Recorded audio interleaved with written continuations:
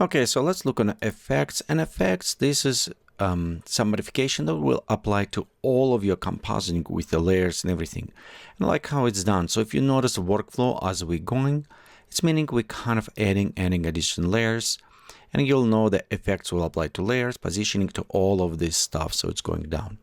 Okay, as effect in Photokey 8 Pro, they double of the different of effects, and some of them we kind of look before they will apply same options as after color. And again, you notice it's applied to all image, not just to one layer specifically. After contrast, after level, bleach bypass. It is actually simulating techniques of the real film processing with a result of high contrast and low saturation image. So you can see right here, we have it kind of darker. In some case, maybe it's work very well. So we can bring a little bit down here. And we also can apply string. Okay, so next we have it brightness. I think so we need apply on all image. Color balance pro, again we can change without modification on the saturation. Contrast to the image. Do tone, similar what we did before, so you can select, but notice again it's applied to all image. As well, you can modify how much you're blending in. And in some cases it's very nice if you want to create scene tone, so we can have it like a blue color, example for the darker. Okay, we'll take the whiter and we'll put it a little bit more warmer yellow color.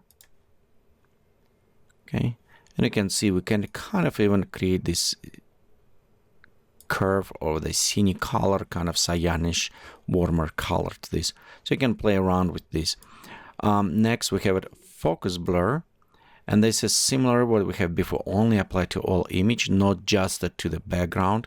In this case, we can create almost as the tilt and shift effect if you wanted to apply to image. Okay, or also take some specific areas of focus blur. Okay, let's go ahead and close this one. Levels, darker, brighter, similar on white and black. Okay, we also have a saturation. And a soft focus, similar to what we have before, except we can apply to all image. If you need to create some kind of a dreamy look, okay, we can go on a screen in this case, so it will be a little bit brighter. Okay, apply string of this.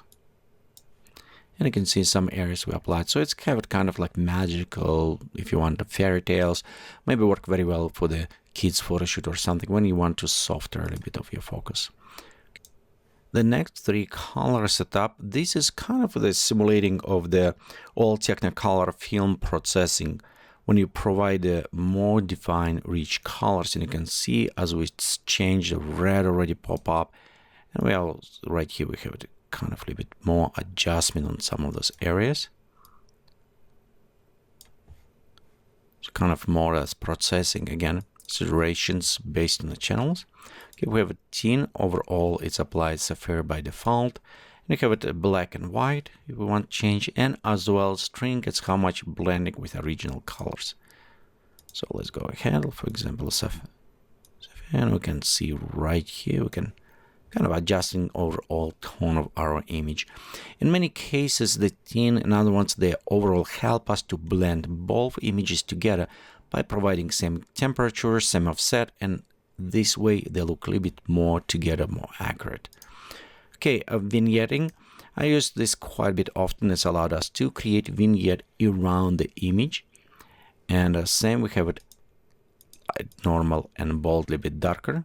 Okay, let's go to the normal. We can set a color we want for this. Currently, it's a black. We can do with a red color if you want on the vignetting. You can see right here we have start vignetting. Okay. So, and we have it also horizontal stretch, vertical adjustment, feathering. It's between the black and white, how much we have it, a gradient going. Base, if we want very sharp or other ones, okay. And also we want string if we want all the way dark black, or we want just slightly going in. So in some cases, I do like vignetting. I add almost to all of my image. It's helped me to concentrate on a character and kind of focus it, send image towards this. Okay, you'll notice right here we have all of this. Okay, let's go. We have vignetting exposure. In some cases it's similar, except we can go ahead and select the specific center for our vignetting. Okay, and we can modify. Okay, let's go right there. Switch our midpoints.